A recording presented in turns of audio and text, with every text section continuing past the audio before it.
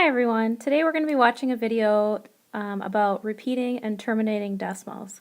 By the end of the video you should be able to determine whether a number written as a fraction would be a repeating or terminating decimal. Terminating decimals have digits that do not go on forever. They actually end. So some examples of terminating decimals would be 0.25 and 3.0375. All of these decimals end. They have a specific ending. Repeating decimals have digits that go on forever with a pattern. Some examples that you might see will look like this. Typically you'll see this little line over the top that'll show you what part of the decimal is actually repeating. A third type of number that you'll encounter in the future, not necessarily in this unit, will be irrational numbers.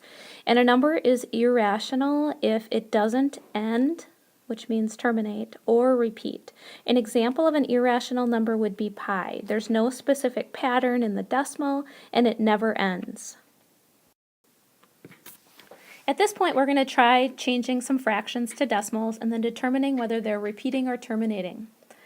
So what I'd like you to do is write down these 4 fractions on your paper and then divide them out using your calculator. Write down the decimal and whether they are repeating or terminating. So what I'd like you to do is pause this video until you have that completed, and then we'll go through the answers. 2/15, if you divide that out on your calculator, will be 0.13, and the 3 is repeating, just the 3. So I put the bar above the 3 to show that, and then I'm also going to write an R here to show that it is a repeating decimal. Hopefully you were able to determine that that is a repeating decimal. The next fraction is 20 over 11, and when I divide that out on my calculator, 11 divided by 20, I get 0.55, which means that it is a terminating decimal. So I'm going to write a T there to show that it's terminating. 17 over 40, when I divide that out on my calculator, I get 0.425, and again that decimal ends, so that's a terminating decimal. And the last one is 1/12, and when I divide that on my calculator, 1 divided by 12 is 0.083, and just the 3 is repeating. So I would put the bar above the 3, and this is a repeating decimal.